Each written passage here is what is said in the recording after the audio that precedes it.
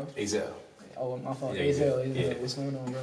I'm good, bro. I'm good, bro. Just been chilling, bro. That's good. So, Azel, where did you get that name from, the stage name? It's my middle name. Okay. So it came from my great grandma. She passed away like a month before I was born, but her name was Hazel.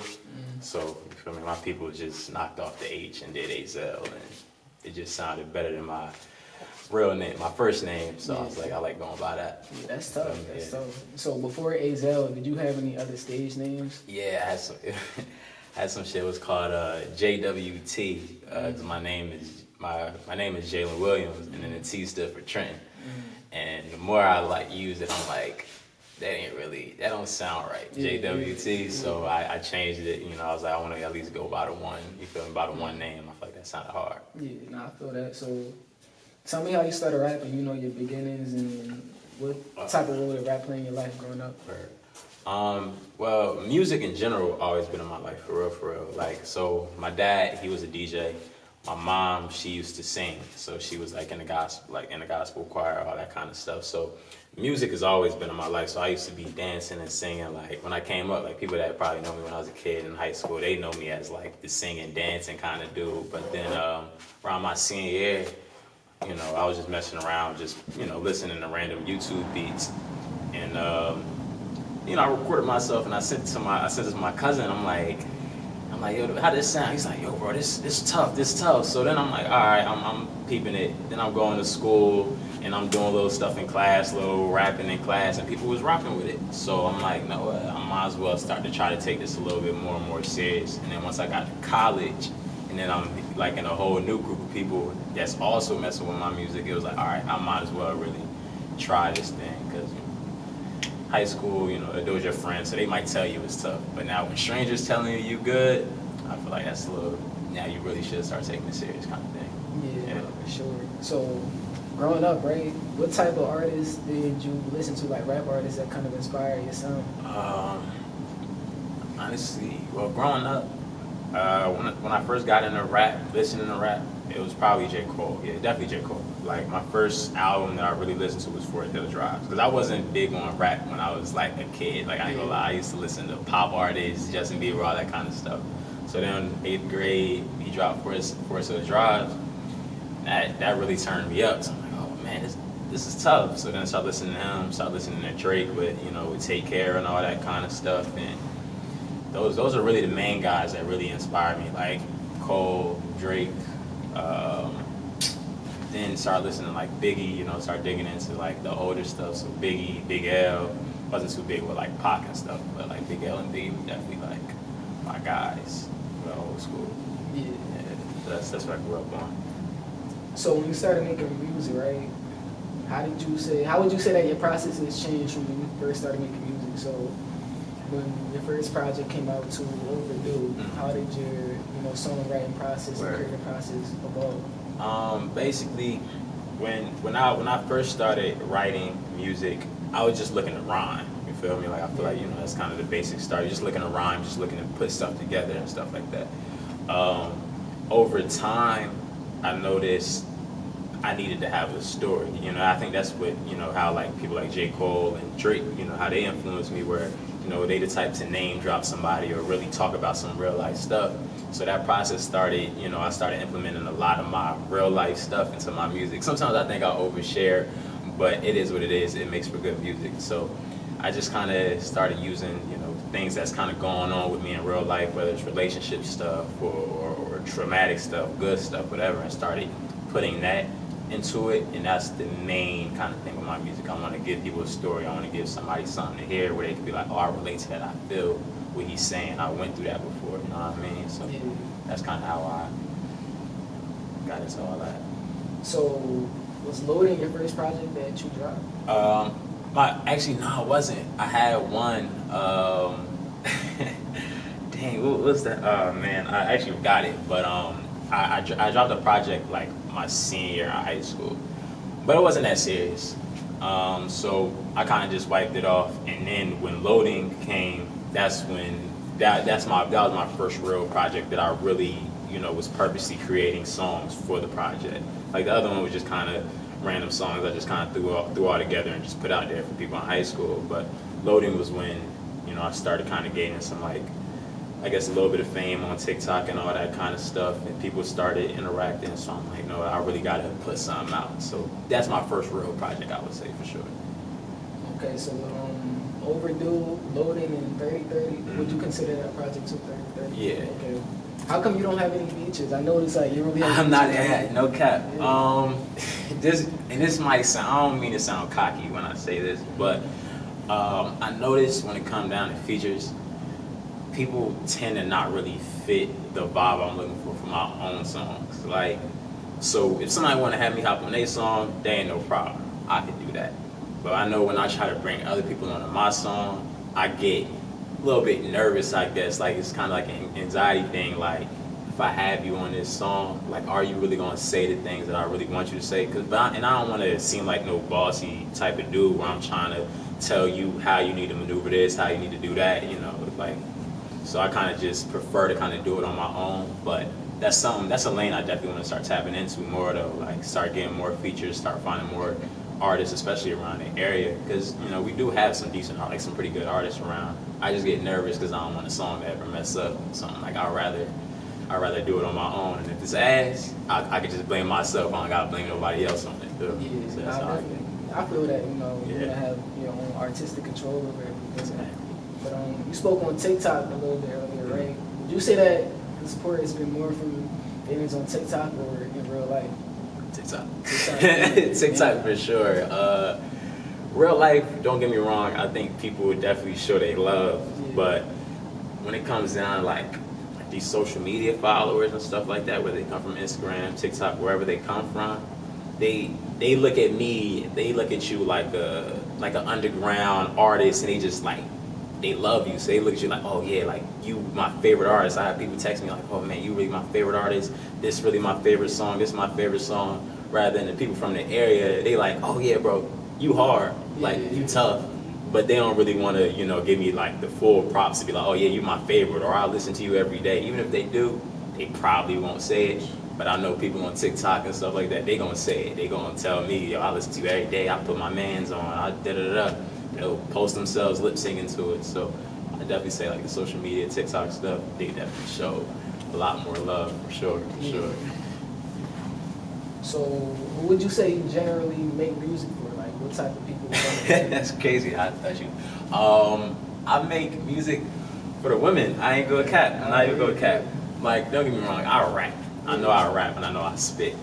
But in a way, I would say my biggest validation comes from when women go ahead and let me know that that it's tough. Cause I don't know, it's an odd way to think about it, but like, it's hard to get approval from women. Cause women be hating sometimes. Like, you know, they hear people be local artists, they ain't trying to bump that. Yeah. But, you know, so when they go ahead and they lip syncing or they texting me and like, oh yeah, I love this song or I like this or something like that, that make me be like, all right, yeah, I'm doing something right. Cause I know the dude's gonna do it, but you know, sometimes dudes, they just support everybody, all kinds of artists, you know, they just, I fuck with your vibe. And the girls, like, they telling you tough, I feel like that really means tough, so I tend to make my music for them, for real, I ain't gonna lie, for sure.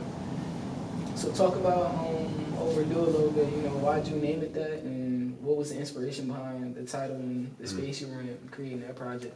When it came down to Overdue, that was just, you know, but the name of it was because I felt like I haven't dropped in a minute.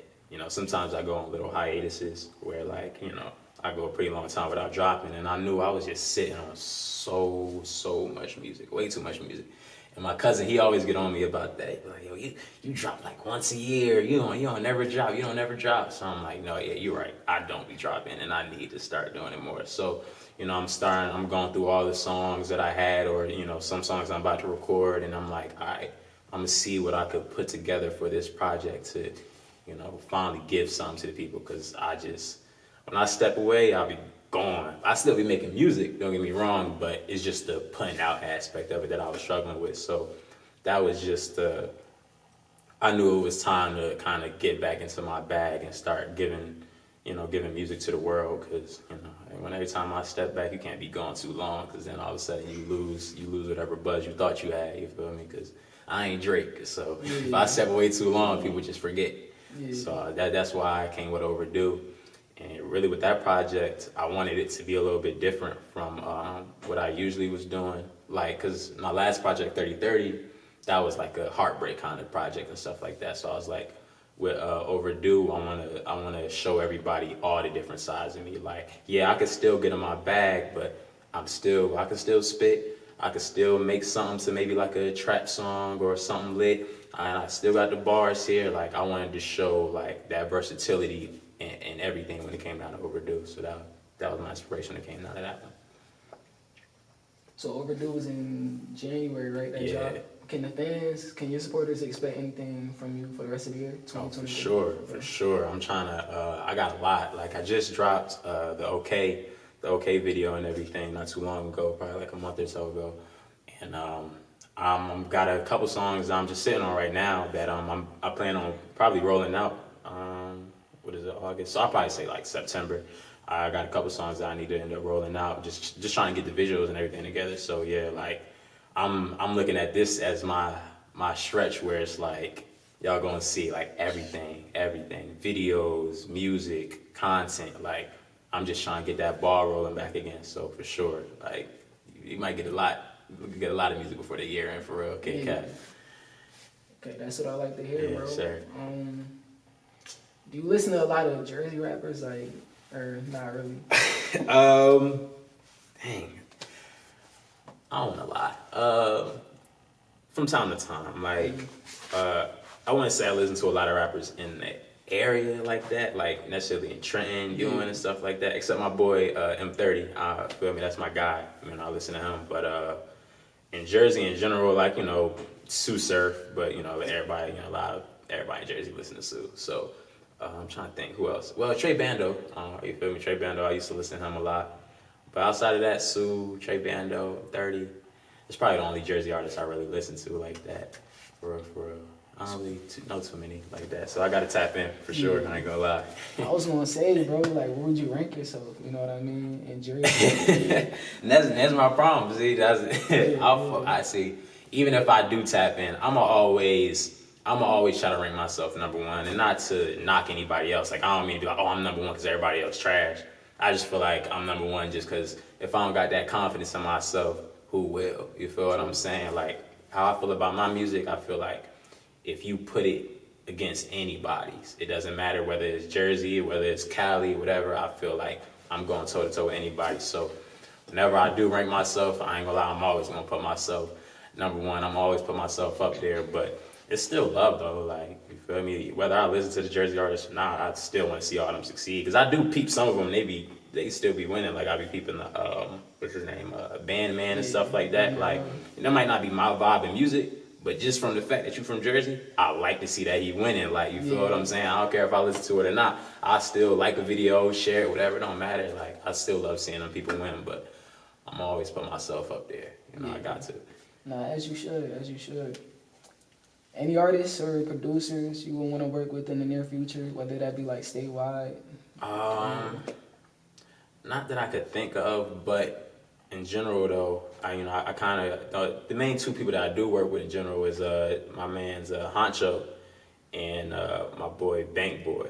Like, those are the two producers that I usually tend to work with and stuff like that. But like producers and artists and stuff like that that I'm looking to work with, I'm not too sure.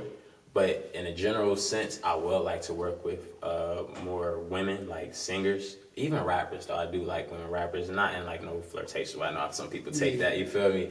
But like, I just like the direction that female artists are going right now, and I haven't stepped into that lane yet. You feel me? Like, that's a lane I want to try to step into, maybe get a singer or rapper. So shit, I'll probably go ahead and try to look into more of the female artists that are around, or even not around, don't matter, and try to get some working with them. So that's probably where I would go with that. Sure. You got anything you want to add?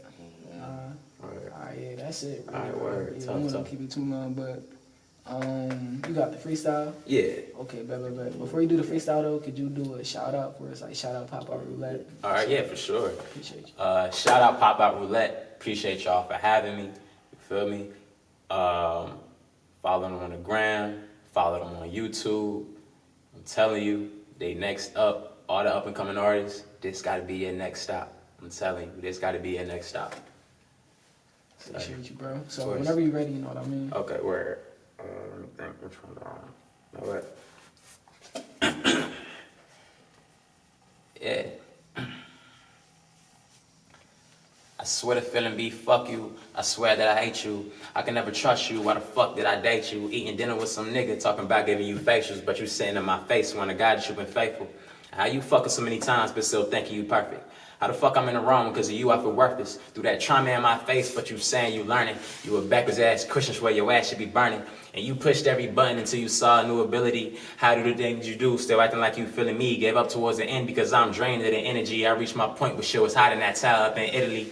I'm getting tired of the back and forth. You tell me communicate, don't understand what I'm asking for. Can't even get mad, it's just so crazy, I start laughing more. You begging me to stay, but every chance you just crack the door. I just want real love, why I keep on evading?